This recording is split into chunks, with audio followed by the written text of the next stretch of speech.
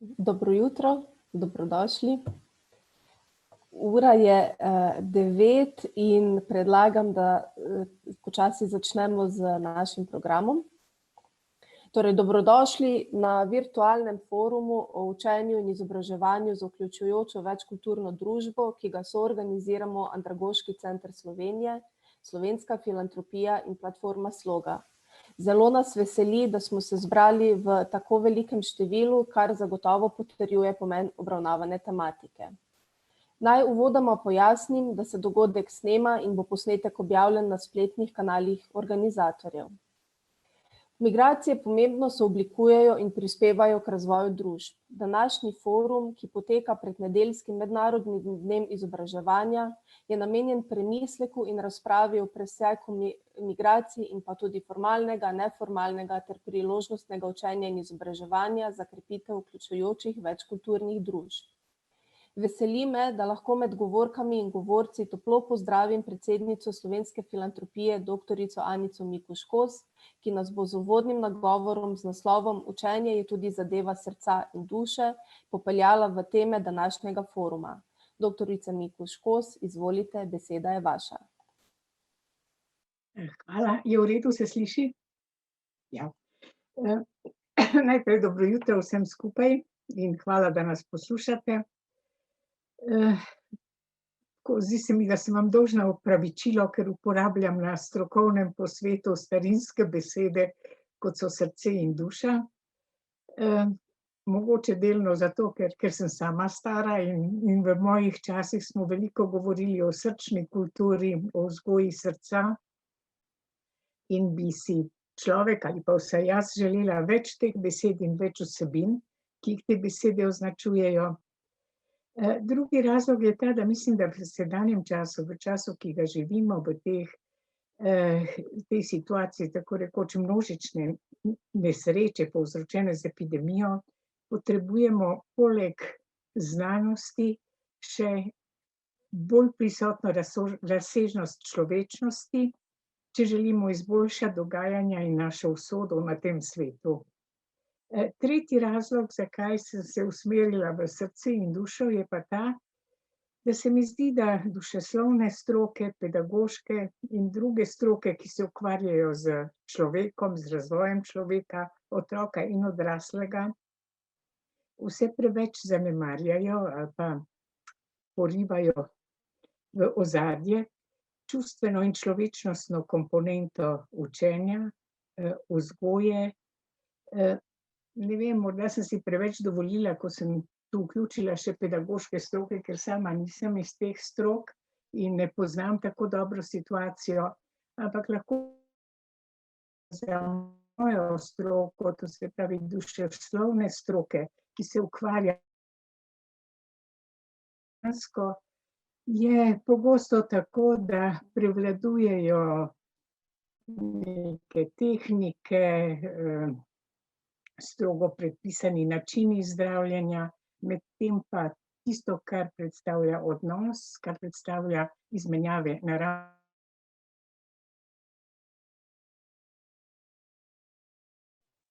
Vi veste bolje, kako je s tem.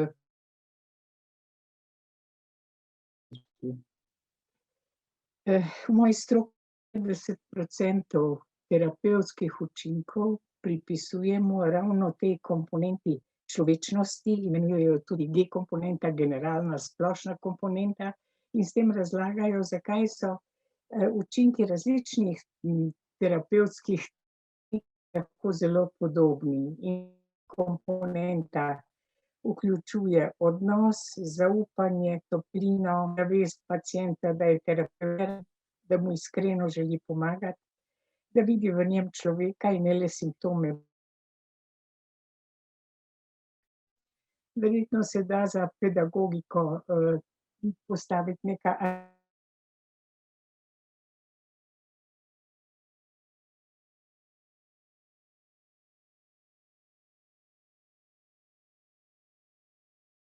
med njegovim pacientom. No, a veste, ko bi hotela biti zelo znanstvena, bi lahko pričela predavanje s predstavitvijo lepih z nevroznanstvenimi tehnikami pridobljenih barvastih slik o delovanju možganov, o možganskih procesih, v katerih se povezuje čustveno in kognitivno, govorila o amigdali, hipotalamusu, limbičnem sistemu, možganski skorji in tako naprej, kortizolu, endorfinu, in prikazala nevroznanstvene dokaze o tem, kako se čustva spremenijo v kemična dogajanja in prizadenejo tudi dele možganov, ki so deli, v katerih se mišljenje dogaja, in še o mnogih drugih znanstvenih dognanjih, ki jih, pošteno povedano, tudi sama včasih ne razumem prav dobro. Ampak govorila v jeziku refleksije in razmišljanja o povezavah med čustvenimi dogajanji, med celostnimi duševnimi dogajanji in med učenjem. Še to moram povedati,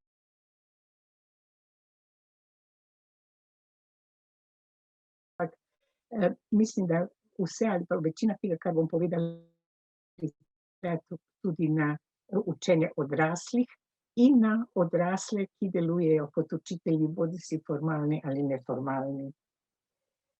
Druga stvar je ta, da nisem teh svojih razmišljanj uredila sistematično v obliki lekcije, ker bom govorila o rečeh, ki jih vsi veste. Namen mojega razlaganja in razmišljanja je v tem, da na neki način obudim zavest pomembnosti emocionalnega, da vas vzpodbudim k rabi emocij, k aktiviranju emocij. Vzpodbudim pravim zato, ker včasih rabiš za to emocionalno komponento učenja več energije, več poguma, kakor pa za tisto strokovno komponento, ki govori o metodiki, strategijah učenja. Zdaj, ko govorimo o povezavah med čustvenim in učenjem, imamo običajno najprej v mislih to, da čustvene težave zmanjšujejo možnosti otroka za učenje in obratno, šolska neuspešnost povzroča čustvene težave. In tako se sklene nek začaran krog, vmesni členi tega v tem krogu šolske neuspešnosti so slaba samopodoba, izguba samozaupanja, ponižanje strani drugih, še večja izločenost. Ampak iz tega, pravzaprav, kar je pomembno, da se ozavemo, je to, da otroci, ki imajo težave, ki imajo čustvene težave, ki so doživeli veliko hudega, ki živijo v neugodnih okoliščinah, kakršnihkoli, ali socialnih, ali družinskih, ali zaradi bolezni, da ti otroci še mnogo bolj potrebujejo podporo, pomoč pri učenju, da se ne bi na njihove prvotne stiske še nadgradile nove stiske, ki jih povzroča šolska neuspešnost. Potem je tu še varovalna vloga šole, namreč, če govorimo o povezavah med učenjem in duševnostjo nasploh, duševnostjo, ki predstavlja nekakšen osebnostni profil človeka, moramo imeti na umu tudi to, da šola ima lahko, in ne samo, da ima lahko, ampak tudi ima številne varovalne vplive na otroke, katerim se je kaj hudega zgodilo. V čem so varovalni vplivi šole? Oziroma najprej, kaj so varovalni vplivi? To so tista dogajanja, tiste izkušnje, ki bodo preprečile pri otroku, ki je bil izpostavljen hudim rečem, da skrajšam, da bi razvil duševne motnje. Varovalni dejavniki nam dajo odgovor na vprašanje, zakaj ne. Zakaj otrok, ki je doživel vojno, zakaj otrok, ki ima očeta alkoholika in ga pretepa in nemočno mater, zakaj otrok, ki živi v skrajni revščini, ne razvije duševnih motenj.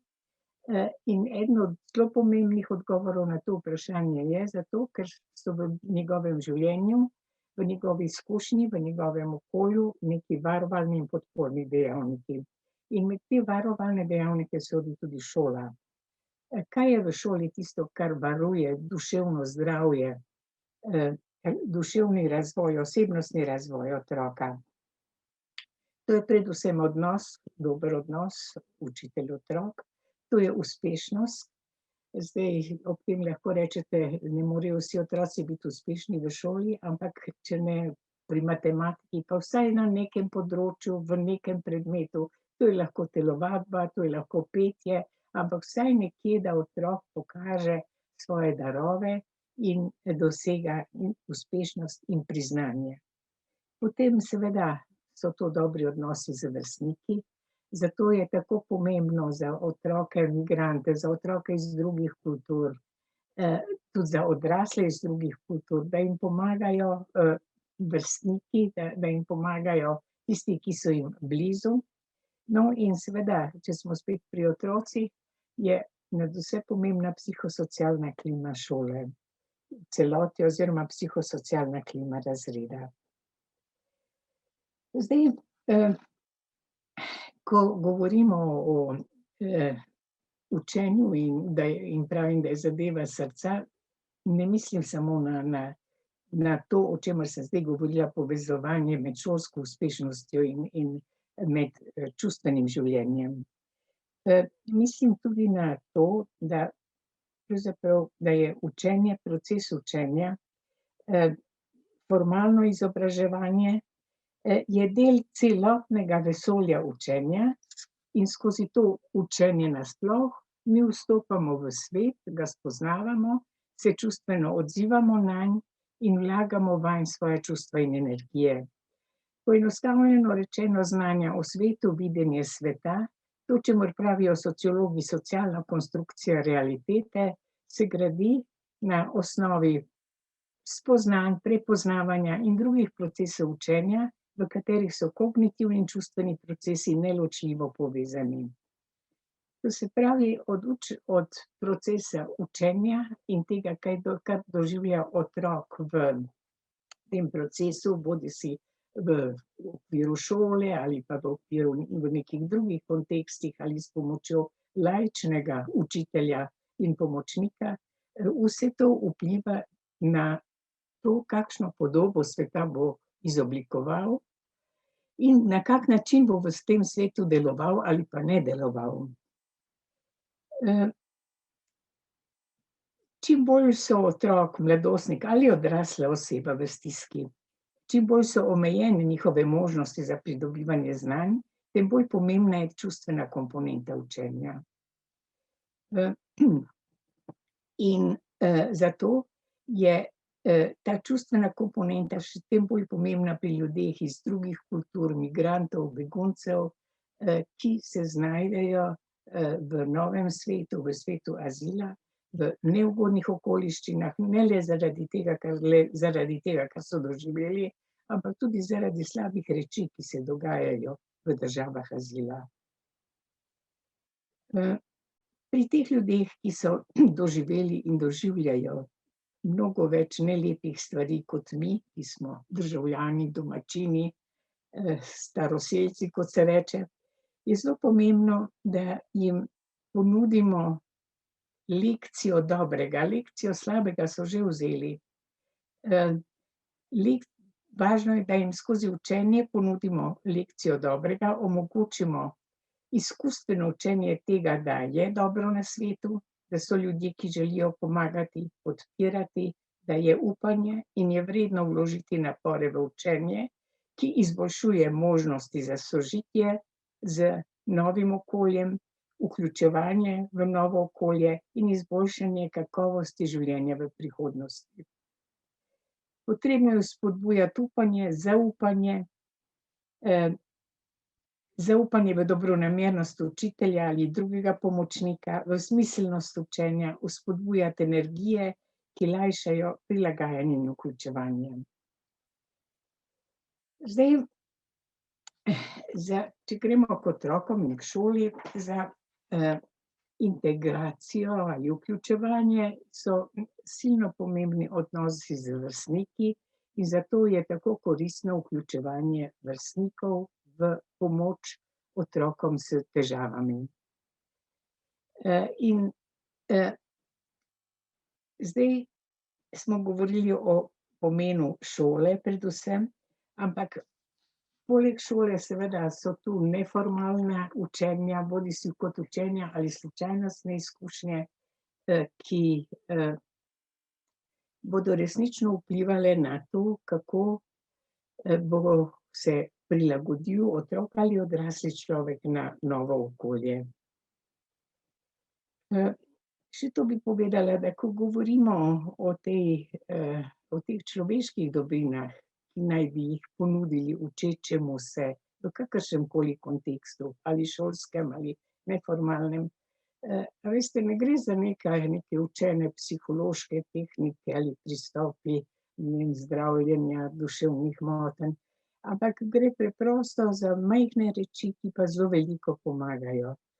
Gre za izkušnjo tega, da na svetu so dobri ljudje, da je nekaj da je dobro, da so podporna okolja, ki se izkazujejo, ne vem, z barvo glasu, z mimiko, z mehko gibov, z izkazovanjem razumevanja, simpatije, podpore. Torej, še enkrat gre za majhna dejanja, ki pa veliko pomenijo in lahko aktivirajo velike notranje energije, potrebne za premagovanje težav pri učenju. In še ena stvar, silno pomemben je entuziazem učitelja, spet formalnega in neformalnega, ki sam pokaže eros do učenja in do pridobivanja novih znanj. Zdaj, pogosto je pri migrantih, ljudeh iz drugih kultur, ki seveda ne mislim na ambasadorje in menedžerje, ki pridejo iz drugih dežel, ampak mislim na veliko večino delavcev, ki pridejo in ki so v slabi socialni poziciji, je zelo važno aktiviranje človeških resursov za pomoč pri učenju. Ko pravim človeških resursov, mislim na prostovoljce, na to, kar imenujemo nepoklicne pomočnike, in ti lahko resnično zelo veliko dajo in prispevajo ravno skozi te človečnostne kanale, te emocionalne kanale učenja, in večkrat se čudimo, kako to, da neki otrok, ki se v šoli izkušenem matematiku ni uspel naučiti, pa se nauči ob nekem prostovoljcu, ampak ta prostovoljec to učenje ne sloni na pedagoških strategijah, ampak preprosto, ker je odprl neke druge emocionalne kanale. Saj to se ne zgodi vedno, da se razumemo, ampak se pa dogaja nemalokrat. Zdaj, česa se otrok uči in v šoli in v dogajanjih, ki jih izvajajo prostovoljci. Torej, eno je pomoč pri šolskem učenju, drugo, kar je silno pomembno, učenje jezika, torej vedno znova ponavljamo, da je jezik sredstvo socialnega vključevanja. In seveda še ena reč je silno pomembna, to je pa socialno učenje, namreč učenje nenapisanih pravil vedenja, kaj je v okolju zaželeno, s čim si boš pridobil neke nagrade in sprejetost, s čim si boš pridobil odklanjanje.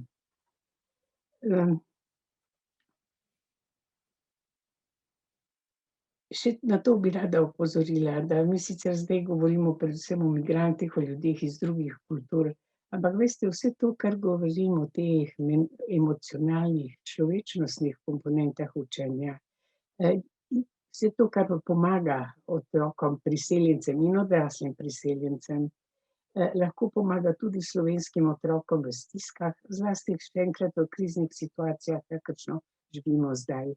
In res se mi zdi, da včasih premalo koristimo ta kapital, ta emocionalni kapital, potreben za učenje. In še na nekaj bi rada opozorila, namreč na to, da poučevanje, nudenje učne ali psihosocialne pomoči prostovoljcev ne služi le otrokom ali pa odraslim, ki naj bi se učili tudi inkluzije v naš prostor, ampak se v tem dogajajo tudi učitelji, formalni in neformalni, veliko naučijo ali naučimo. Tudi za vrstnike, za prostovoljce je pomoč pri učenju priseljencem pravzaprav velika učna ura solidarnosti.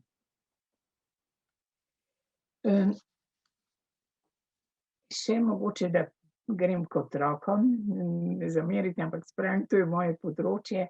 Opozorila bi rada, da res v otroke je vredno investirati. Mislim, zdaj to ni lepo, kar sem rekla, ker zveni tako nekako preračunljivo, ne, mislim, mi smo dolžni investirati v otroke, ker so otroci potrebujejo najbolj našo pomoč. Ampak je tudi vredno zato, ker na eni strani pravimo, otroci so najbolj ranljivi, samo na drugi strani velja tudi to, da imajo otroci največ potencialov, največ kapacitet in za premagovanje in okrevanje od svojih preteklih neugodnih izkušenj, pa tudi za prilagajanje. Njihovi možgani so plastični, otroci so prilagodljivi, hitreje se naučijo jezika. Razen tega pa šolanje otrok ustvari neko ogromno prednost za otroke v primerjavi recimo z drugimi, ki niso vključeni v neko redno delovanje, torej za vse tiste, ki niso zaposleni, denimo. No, pa tudi v primerjavi z zaposlenimi je služba biti učenec mnogo bolj privilegirana in mnogo več nudi, kot pa služba biti recimo gradbeni delavec. Namreč, kaj pomeni za otroka priseljenca biti v šoli? Njegovo življenje se normalizira, on ima neko strukturo dneva, on ima neko stalno, trajno okolje, v katerem je dan na dan in vsak dan nekaj ur skupaj. V tem okolju se dogaja ogromno socialnih interakcij in razmenjav, iz katerih se uči. Skratka, šola nikakor ni samo nekaj, s čimer dosega formalno izobrazbo, ampak resnično šola predstavlja tudi prostor učenja za življenje in za vključevanje. Zdaj, mislim, še ena stvar, da je potrebna v procesu učenja, namreč, da ne tretiramo, ne obravnavamo učečega se kot nekoga, ki potrebuje samo našo pomoč, ampak da ga aktiviramo ne samo za pomoč samemu sebi, ampak tudi, da prevzame aktivno vlogo v skupnosti, v kateri živi. Ta aktivna participacija v skupnosti je tudi izredno važno učenje. Kaj pomeni to recimo pri otrocih, pri mladostnikih? Da sami prevzemajo neke naloge, delujejo kot prostovoljci, pomagajo nekomu drugemu, delijo to, kar imajo, svoje znanja, svoje izkušnje z drugimi.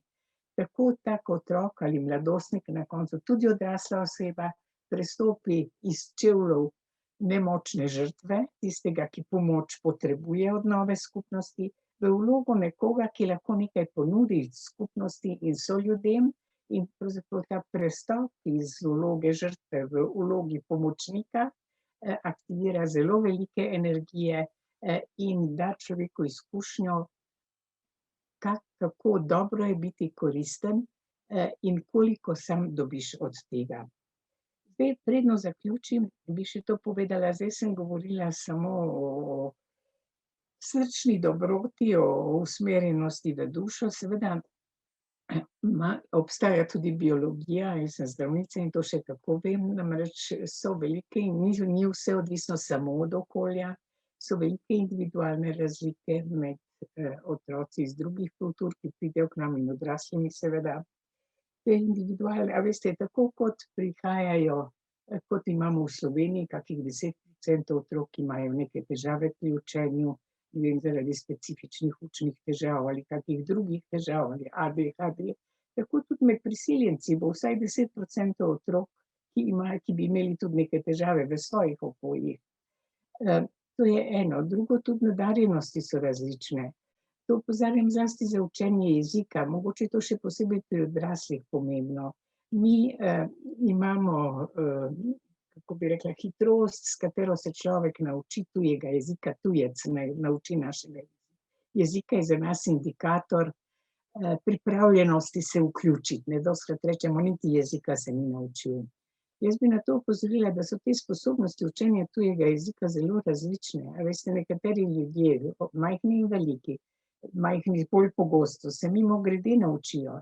Drugi ljudje imajo kar veliko problemov pri učenju jezika in so lahko desetletja tukaj, pa se ne bodo naučili jezika, tudi zato, ker niso imeli stikov, niso imeli vzpodbud, ampak tudi zato, ker preprosto niso nadarjeni za jezike. Vsi imamo različne možgane, ne vem, eni smo motorično nerodni, eni smo za matematiko manj nadarjeni, eni smo za jezike manj nadarjeni.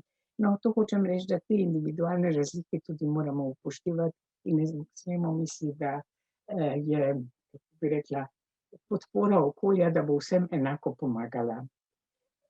In še mogoče to, vsekakor otrok potrebuje ljubezen, potrebuje dobronamernost, potrebuje človečnost, tudi odrasli, ki pride sem, ampak potrebne so tudi pedagoške strategije učenja in zato nekakšen apel, ko se vključujejo v to pomoč nestrokovni pomočniki, laični pomočniki, prostovoljci in tako naprej, da strokovnjaki, pedagogi predajo en del svojih znanj ali pa nekaj praktičnih nasvetov, kako delati z otrokom, zlasti z otrokom, ki ima neke posebne težave. In zdaj še zaključna misel mogoče je ta, da to, kar sem vam povedala, še enkrat vsi sami dobro veste. In to se tudi udejanja v mnogih praksah učiteljev in pedagogov.